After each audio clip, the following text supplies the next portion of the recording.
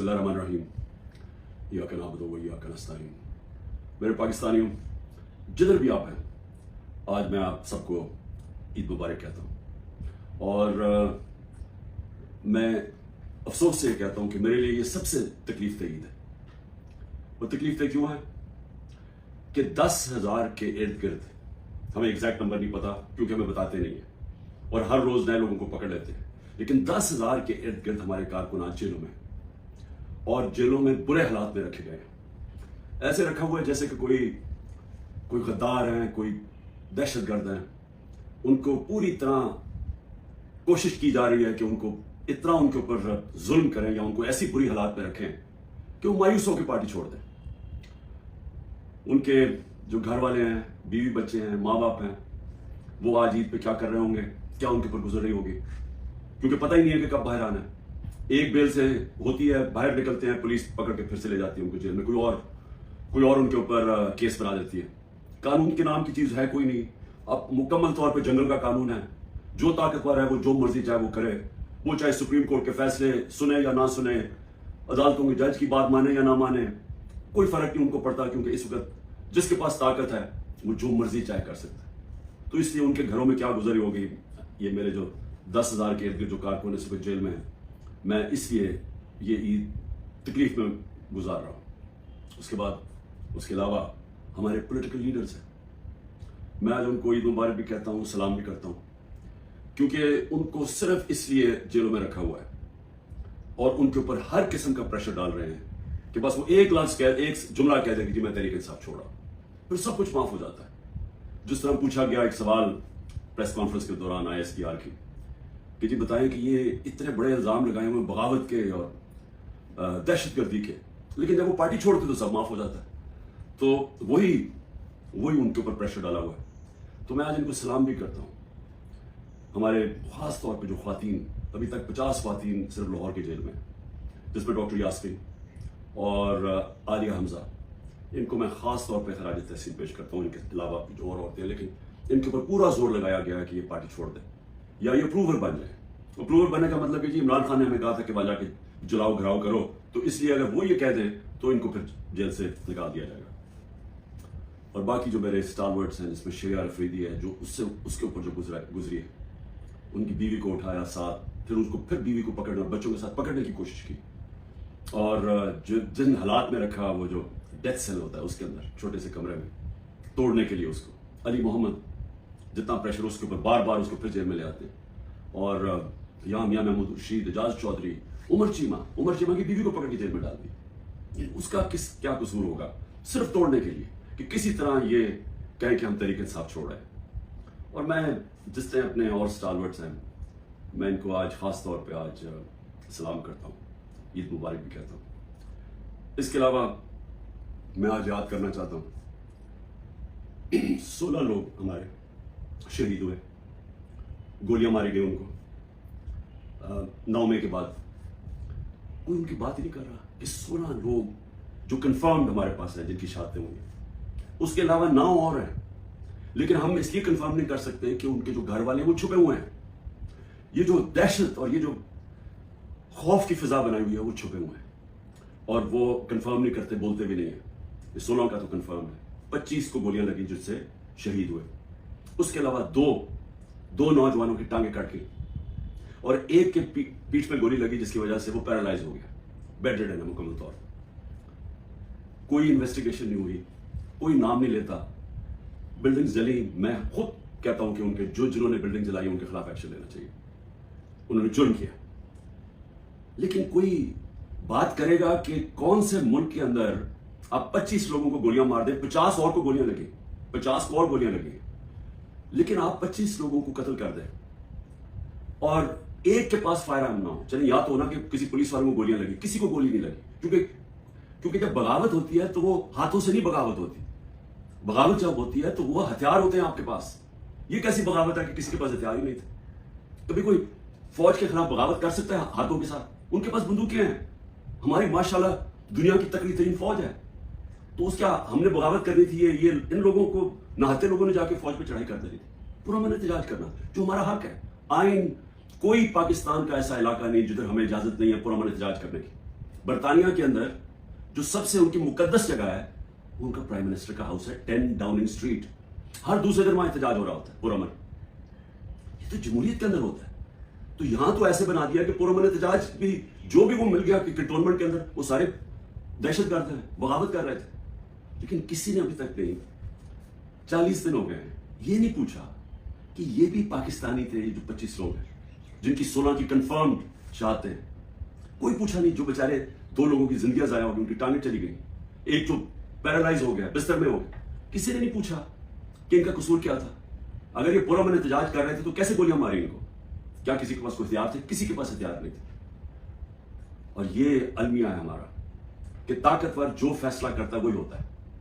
ताकतवर ने फैसला किया कि जनाब ये बगावत इन्होंने किया, इनको मारो। किसी ने नहीं पूछा कि एक मुहज़्ज़म माशरे में क्या दूसरे को भी वक्त मिलता है अपनी सफाई पेश करने का। फिर सहाफियों से जो हो रहा है, इमरान रियाज गायब है, अभी तक कोई पता नहीं किधर है। 40 दिन हो गए, उनके घर में बच्चे हैं, बीवी है। वो क्या उसका क्या जुर्म था? क्या उसने भी बगावत की थी? क्या वो अपना मौक़िफ़ ही पेश कर रहा था ना? तो कौन सी जमहूरियत में इसकी इजाजत नहीं है? 4 बड़े बड़े सहाफी मुल्क छोड़ के बाहर चले गए। एक ने अभी ऐलान किया है, पुराना 50 साल पुराना सहाफत करता है कि जी मैं अब सियासत पे बात ही नहीं करूंगा। तो ये क्यों इतना खौफ है? क्यों इतना खौफ है कि दूसरा मौक़िफ़ ना पेश हो जाए? क्यों मीडिया के ऊपर पूरा कंट्रोल कर लिया है कि सारे मीडिया का मुंह बंद कर दिया जाए और सिर्फ जो सरकारी वर्जन है वो सिर्फ मीडिया पे है? क्यों डर है? अगर आप सच और हक पे खड़े हैं तो बोलने दो दूसरों को, आप साबित करें। ये जो सारे हरबे इस्तेमाल किए जा रहे हैं, इसका सिर्फ एक मकसद है, तहरीक इंसाफ को खत्म करना, मुल्क की सबसे बड़ी जमात को तोड़ना। डरे हुए इलेक्शन से। और ये कब से शुरू हुआ है? ये जब से रजीम चेंज हुई है तब से ये प्लान बना हुआ है कि इमरान खान को जिन्होंने हटाया उन्होंने अब दोबारा वापस नहीं आने देना। और उधर से देख लें, 25 मई को जिन्होंने किया कभी पाकिस्तान की तारीख में नहीं हुआ। अंदर फैसले, बंद कमरों में फैसले हो जी, तो मम्मी डैडी हैं, ये तो जी बगल क्राउड है, इनको एक तो आप फेंटा लगाएंगे और ये जो करेंगे तो ये चुप करके पीछे हट जाएंगे। वो नहीं हुआ। 30 बाई इलेक्शन जीत गया 37 में से। उसके बाद मुझे कत्ल करने की कोशिश की। सब एक ही कड़ी का हिस्सा था कि इमरान खान को अब नहीं आने देना। कत्ल करने की कोशिश की, अल्लाह ने बचा लिया। उसके बाद जैसे ही मैं बाहर निकला, अभी ठीक ही हुआ था, 3 महीने तो मुझे ठीक होने में लगे। उसके बाद जब मैं ठीक हो रहा था हुआ घर पे हमला कर दिया। 24 घंटे घर पे अटैक किया रेंजर्स और पुलिस ने। उसके बाद मुझे 18 मार्च को कत्ल करने की कोशिश की, जुडिशियल कॉम्प्लेक्स, जिधर मैं अपनी जमानत करवाने जा रहा था। क्यों? सिर्फ यह कि इमरान खान ने अब इलेक्शन नहीं लड़ना, इसको नहीं आने देना हमने पावर। फिर ये जो हुआ है 9 मई को, अब ये 9 मई की मैं फिर से कहता हूं, इन्वेस्टिगेशन तो हो। मैं ये कहता हूं कि चले मिलिट्री कोर्ट्स कर दें, चले इमरान खान को आप ये इन अदालतों में नहीं, मिलिट्री कोर्ट्स मिले, लेकिन उस मिलिट्री कोर्ट के अंदर मुझे मौका मिले, टेलीवाइज हो, सबको पता चले, मुझे अपना मौक़िफ़ पेश करने का वक्त आ जाए। आप अपना मौक़िफ़ दें, मैं अपना मौक़िफ़ देता। क्योंकि क्या हम सच और हक चाहते हैं कि पाकिस्तान में ऐसी चीजें आगे से ना हो, या सिर्फ और सिर्फ मकसद यह है कि किसी ना किसी तरह तहरीक इंसाफ को खत्म करें? इस ईद के ऊपर जितनी मैंने पाकिस्तान में मायूसी देखी है, मैंने अपनी जिंदगी में नहीं देखी। और इसकी वजह क्या है? एक तो माशी हालात है। 14 महीने के अंदर 6% जब मुल्क बढ़ा था, उसकी दौलत में इजाफा हो रहा था, वो आगे 0 पे आ गया। इंडस्ट्री बंद हो गया, बेरोजगारी है, 38% महंगाई है जो पाकिस्तान की तारीख में सबसे ज्यादा है। जब दुनिया के अंदर कीमतें 35% नीचे चली गई हैं, जिसकी वजह से हुई थी, जो तेल की कीमतें, कमोडिटी, घी, ये सब 35% नीचे चला गया। और हमारे मुल्क में तारीखी इन्फ्लेशन हम जब छोड़ के गए थे 12% थी। तो मायूसी है, तो माशी हालात ऐसे। लेकिन असल मायूसी की वजह क्या है कि दुबई में जो इस मुल्क के नामवर बड़े बड़े डाकू हैं, वो सारे मिलकर दुबई बैठे हुए हैं और फैसला कर रहे हैं पाकिस्तान के मुस्तकबिल का। ये है मायूसी। ये वो लोग हैं जिन्होंने 25 साल एक दूसरे की करप्शन कौम को बताई। ये 90 की दिहाई में 2 दफा करप्शन में गवर्नमेंट्स गई और एस्टैब्लिशमेंट ने इनको करवाया, क्योंकि ये करप्शन कर रहे थे। इनकी करप्शन के चर्चे पहली दफा है, सरे माल पता चला। फिर ये हुदैबा पेपर मिल के अंदर आया कि शरीफ खानदान कैसा पैसे मुल्क से बाहर निकाल रहे थे। दोनों मुल्क से पैसा चोरी करके बाहर लगा रहे थे, ये इल्जाम थे इन पे। उनको हटाया, जनरल मुशर्रफ आए, उन्होंने इनकी करप्शन बताई दुनिया को, इन्होंने कैसे मुल्क को लूटा और फिर एनआरओ दे दिया। 10 साल फिर लूटा इन्होंने। अब वो लोग आज बैठ के, जो मुझे लोगों ने वोट दी थी, इनसे तंग आके वो आज मुल्क के मुस्तकबिल का फैसला कर रहे हैं। ये है मायूसी। यही मुल्क की स्टैब्लिशमेंट ने इनकी चोरियां बताई हैं। इन्होंने हमें, हमारे जैसे लोगों को बताया कि कौन से, ये जब फलाने मुल्क में गए तो वहां कौन सा जरदारी ने कॉन्ट्रैक्ट किया। ये वो लोग हैं जिन्होंने पाकिस्तानी फौज को बदनाम किया मेमोगेट में और डॉन लीक्स में। ये वो लोग हैं जिनकी अरबों डॉलर बाहर पड़े हुए हैं। ये वो लोग हैं जिनके बाहर के अखबारों के अंदर इनके चर्चे हैं करप्शन के, किताबों के अंदर इनका बताया हुआ कि ये कैसे दोनों चोरी करते थे। ये आज सारे मिलके बैठ के मुल्क की मुस्तकबिल का फैसला कर रहे हैं। ये है मायूसी आज पाकिस्तान में। इसलिए लोग छोड़ छोड़ के जा रहे हैं। 9 लाख आपके प्रोफेशनल जब मुल्क से निकल जाते हैं, ये डॉलर से भी ज्यादा नुकसान है। जो डॉलर मुल्क से बाहर जा रहा है उस ज्यादा नुकसान है। पूछे, जब आपके मुल्क के अंदर क्वालिटी के लोग नहीं रहते, किधर से आप मुल्क चलाएंगे? जो अगर शौकत खानम बना पाकिस्तान में तो किधर से आए थे? सारे पाकिस्तानी बाहर क्वालिफाइड लोग जिन्होंने आके शौकत खानम में काम किया था, 10% छोड़ के चले गए। और जब उनको रिप्लेस कैसे करेंगे? अगर यही सऊदी अरेबिया में या दुबई में बनता है एक कैंसर हॉस्पिटल, तो वो बाहर से लोगों को, फॉरेनर्स को लेके आते हैं, क्योंकि उनके मुल्क में एक्सपर्टीज नहीं है। हम वो खुशकिस्मत मुल्क है, हमारे पास हर किस्म के प्रोफेशनल बाहर बैठे हुए हैं। तो उनको पाकिस्तान लाना आसान नहीं होता। वो तब आते हैं जब उनको मुल्क पर एतमाद होता है। तो जो आज हालात है, ये अगर 10% शौकत खानम के कंसल्टेंट छोड़ के जा रहे हैं, ये हर जगह प्रोफेशनल्स जो 9 लाख लोग जा रहे हैं, ये अंदाजा नहीं कितना बड़ा नुकसान हुआ है पाकिस्तान को, और होता जा रहा है। उसके अलावा मायूसी ये है कि हिंदुस्तान का जो अमेरिका के साथ मुआहदा हुआ है, अगर ये जो हमारे यहाँ इस वक्त ज़हन बैठे हुए हैं, इनको अगर फुर्सत मिले कि तरीके इंसाफ को कैसे खत्म करना, और सारी एजेंसीज लगी हुई हैं, मुल्क के सारे दाखिल लगे हुए हैं उसको खत्म करने के लिए, अगर आपको फुर्सत मिले तो आपके खतरे की घंटी बजनी चाहिए। क्योंकि बहुत बड़ा हिंदुस्तान के ज़हन में अब इम्बैलेंस हो गया है। वो हमारे से अपने आप को बहुत ज्यादा ताकतवर समझते हैं, और अगर हमारे रिजर्व 4 अरब डॉलर से भी कम है, तो उनके कोई 500-600 अरब डॉलर के रिजर्व पड़े हुए हैं। उनके टेक्नोलॉजी के अंदर वो बड़ी तेजी से आगे जा रहे हैं, और उन्होंने जो कॉन्ट्रैक्ट कर लिया टेक्नोलॉजी में, न्यूक्लियर प्रोग्राम में, सोच लें कि आगे वो किधर जा रहा है और हम किधर फंसे हुए हैं। हम फंसे हुए हैं कि एक पार्टी को इंजीनियर करके, तो एक पॉलिटिकल इंजीनियरिंग हो जाए, खिचड़ी पक जाए, इस पार्टी को इतनी वोट, इसको इतनी दे, इसको, ताकि वो सारे कंट्रोल हो जाए और ऊपर बादशाह सलामत इनको कंट्रोल कर सके। ये गेम चल रही है। मुल्क को कमजोर कर, इससे मुल्क और मजीद कमजोर होगा। और वो आगे बढ़ रहे हैं और ये समझ नहीं है कि जब एक इम्बैलेंस हो जाता है तो खतरा होता है मुल्क को।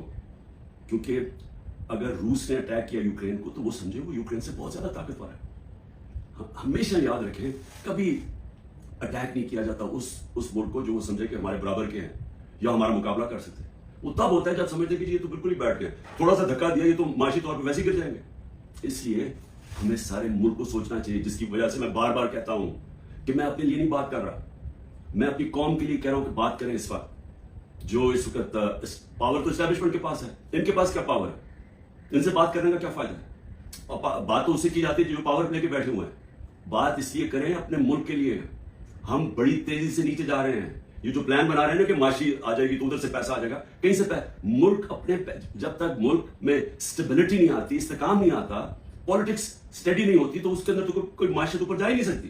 तो इसलिए ईद के दिन मैं फिर से कह रहा हूं कि जिधर हम खड़े हुए हैं, ये जो प्रोग्राम बन रहे हैं, जो दुबई में जाके ये सारे मनी लॉन्ड्रर्स, एक दूसरे को ये मनी लॉन्ड्रर्स कहते थे, इनके ऊपर सारे मनी लॉन्ड्रिंग के चार्जेस है।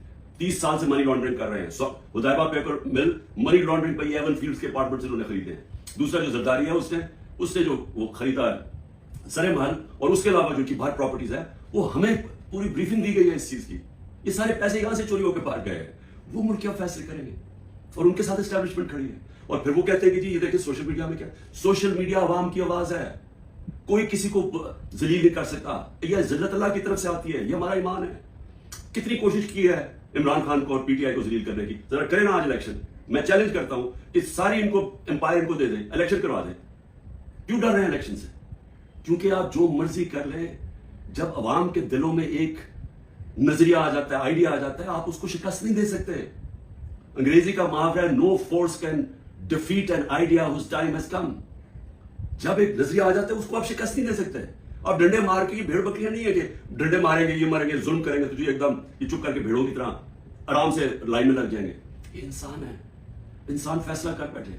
जब भी इलेक्शन होगा मेरा चैलेंज है, तरीके इंसाफ जीतेगी। और मैं कौम को कहना चाहता हूं कि ये जो जुल्म हो रहा है इस वक्त, अपने ज़हन में एक चीज तैयार कर लें कि कभी आपने खौफ और जुल्म की गुलामी नहीं करनी। मेरी नजर में ये शिर्क है।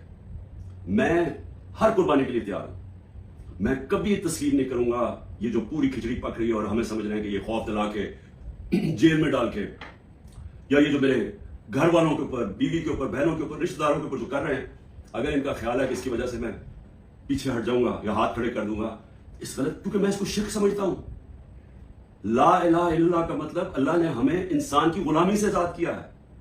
अल्लाह ने हमें अपने जमीर के मुताबिक कहा कि स्टैंड लो, तो मैं कभी ये तस्लीम नहीं करूंगा। और मैं कौम को भी कहता हूं, आपने कभी ये जो कोशिश हो रही है कि सारों को डरा धमका के सब डर जाएं और हम ये जो खिचड़ी वाला सेटअप लेके आ रहे हैं हमें कंट्रोल करने के लिए, मीडिया को, सबको कंट्रोल करने के लिए, जो मुंह खोले उसको पकड़े जेल में डाल दो या वो को डाला पहुंच जाए घर में और इससे हम चुप करके बैठ जाएंगे।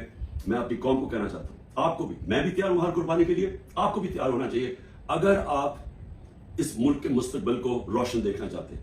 गुलामों की कोई जिंदगी नहीं है मेरी नजर में, गुलामी से बेहतर मौत है। पाकिस्तान जिंदाबाद।